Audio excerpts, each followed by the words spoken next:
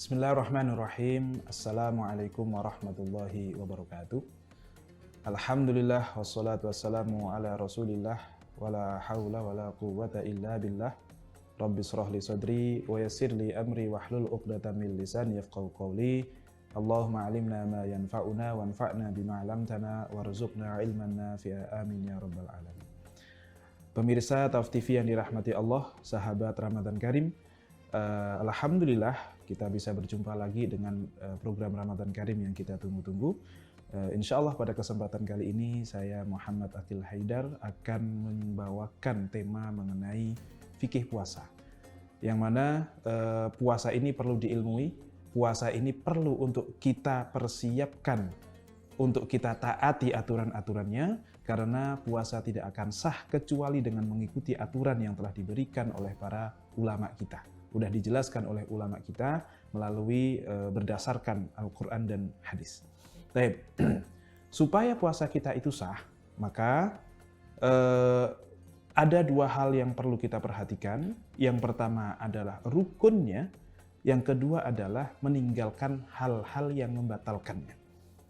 Untuk rukun puasa itu sendiri, sudah pernah kita bahas di program yang sama, ya, di tahun lalu tepatnya. Kita telah membahas tentang rukun ini, paling tidak ada dua. Satu, niat, dan dua adalah imsak. Niat itu yang meniatkan di dalam diri kita bahwa kita tidak makan, tidak minum, itu tidak lain tidak bukan kecuali untuk melaksanakan perintah ibadah puasa. Dan imsak itu pun artinya adalah menahan diri dari hal-hal yang membatalkan puasa sejak dari terbitnya fajar atau subuh sampai terbenamnya matahari atau maghrib. Dengan segala ketentuannya dan tata caranya sudah kita bahas semuanya. Kemudian yang berikutnya yang perlu kita bahas juga adalah tentang pembatal-pembatal puasa. Apa saja sih ketika puasa yang perlu untuk kita hindari supaya puasa kita ini kemudian tidak batal di tengah jalan, tidak kemudian harus diganti pada saat itu? Maka paling tidak ada 4 hal yang menjadi pembatal puasa. Yang pertama, yang menjadi pembatal puasa adalah al-jima'. Ya, al-jima' mungkin sudah kita pahami maksudnya apa. Maka seseorang yang melakukan jima ini akan membatalkan puasanya kecuali jika ia lupa. Maksudnya lupa bagaimana? Maksudnya adalah lupa kalau ia sedang dalam kondisi berpuasa. Bukan lupa ternyata saya sedang berjima, bukan. Tetapi lupa kalau dia itu sedang kondisi berpuasa, kemudian dengan sadar dia berjima, ya, maka hal ini tidak membatalkan puasanya dan tidak mewajibkan dia untuk bayar kafarah. Tetapi seseorang yang dengan sengaja melakukan jima di siang hari di bulan Ramadan, maka puasanya batal dan dia wajib untuk membayar kafarah yang mughalladah, kafarah yang besar, kafarah yang tidak mudah, yaitu antara memerdekakan budak. Kalau tidak mampu maka silahkan berpuasa 2 bulan berturut-turut. Kalau tidak mampu maka silahkan memberi makan 60 fakir miskin sebagai pengganti puasa 2 bulan berturut-turut itu. Ini tentu satu hal yang sangat berat. Nah, jima di sini akan membatalkan puasa meskipun dilakukan dengan orang yang halal sebenarnya untuk kita melakukannya. Dengan pasangan yang halal, dengan istri, ya, dengan suami, itu akan membatalkan. Apalagi dengan jima yang hukumnya haram. Tentu dosanya berlipat ganda. Dan jima ini akan tetap membatalkan apakah keluar ataupun tidak keluar. Apakah sampai keluar ataupun tidak keluar, itu sama-sama membatalkan. Dalilnya adalah uhilla lakum lailatas siyamir rafathu ila nisaikum.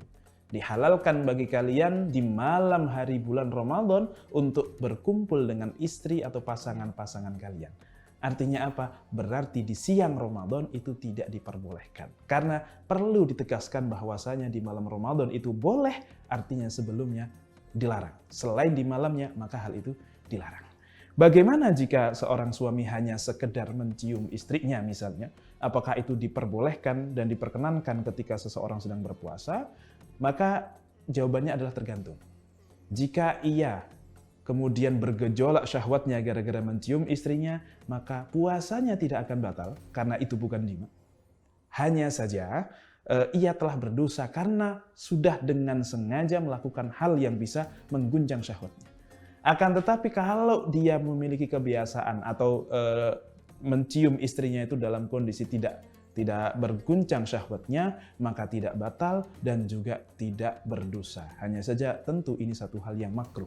Karena kadang-kadang seseorang tanpa sengaja, tanpa kontrol syahwat itu bisa datang, ya. Apalagi kalau kita kemudian melakukan hal-hal yang mendekati, yang bisa membangunkan hal itu. Baik, itu adalah pembatal yang pertama, yaitu jima. Kemudian yang kedua, yang menjadi pembatal puasa yang berikutnya adalah dengan sengaja mengeluarkan air mani tanpa jima. Kalau yang pertama jima, yang kedua adalah dengan sengaja mengeluarkan air mani tanpa jima. Ini juga menjadi pembatal puasa. Apakah dengan cara yang halal, yaitu dengan pasangannya, atau dengan cara yang haram, yaitu selain dengan pasangannya atau bahkan sendiri. Maka semuanya itu membatalkan puasa. Ya. Bagaimana kalau dilakukannya dengan tidak sengaja, atau keluarnya itu dengan tanpa disengaja? Misalnya, seseorang yang lagi puasa, siang hari ia tidur, kemudian bermimpi di dalamnya, kemudian keluarlah air mani, apakah puasanya batal? Maka ini jumhur ulama mengatakan bahwasanya puasanya tidak batal. Mengapa? Karena di situ tidak ada unsur kesengajaan. Atau bahkan, para ulama kemudian mendetailkan lebih detail lagi, kalau ada seseorang, mohon maaf, dia menghayal atau dia melihat gambar yang tidak senonoh, kemudian dia keluar air mani tanpa disentuh sama sekali misalnya, maka ia pun tidak batal puasanya, hanya saja tentu ini satu hal yang sangat haram. Ini sangat haram, tidak diperkenankan bagi kita untuk melakukannya. Ya, tetapi bukan berarti kemudian puasanya itu membatalkan, karena memang tidak ada cara atau tidak ada upaya yang lazim untuk mengeluarkannya, hanya saja dia tetap keluar gitu ya, dengan cara yang tidak lazim. Maka ini tidak membatalkan. Oke, baik. Kemudian yang berikutnya, bagaimana jika seseorang kemudian di pagi hari, mungkin malamnya ia berjima, kemudian dibangun ketika subuh dalam kondisi masih junub. Belum sempat mandi, sudah masuk waktu subuh, sempat masuk, sudah terlanjur masuk waktu puasa. Apakah puasanya batal atau tidak? Maka ini 4 mazhab mengatakan bahwasanya puasanya tidak batal. Kenapa? Karena yang membatalkan itu adalah keluarnya air mani, bukan menjadi junub dalam kondisi sudah start puasa, yaitu ketika subuh. Dan Rasulullah pun Shallallahu Alaihi Wasallam pernah kemudian suatu pagi gitu ya, Aisyah menceritakannya, beliau Rasulullah itu junub di pagi hari bukan karena mimpi, artinya karena berjima, dan masuk waktu subuh dalam kondisi janabah, dan beliau kemudian berpuasa. Artinya janabah tidak menghalangi orang untuk berpuasa, tetapi penyebab janabah itulah yang menghalangi orang untuk kemudian melakukan puasa, atau itulah yang menjadi pembatal puasa. Baik, itu adalah 2 hal yang menjadi pembatal puasa. Hal yang ketiga yang menjadi pembatal puasa adalah al-qai'u amdan, yaitu muntah dengan sengaja. Apa yang dimaksud dengan muntah dengan sengaja, terus bagaimana teknisnya, bagaimana kalau tidak sengaja, dan seterusnya, maka insya Allah akan kita bahas detailnya di segmen yang berikutnya. Sahabat Ramadan Karim, jangan kemana-mana, tetap bersama kami.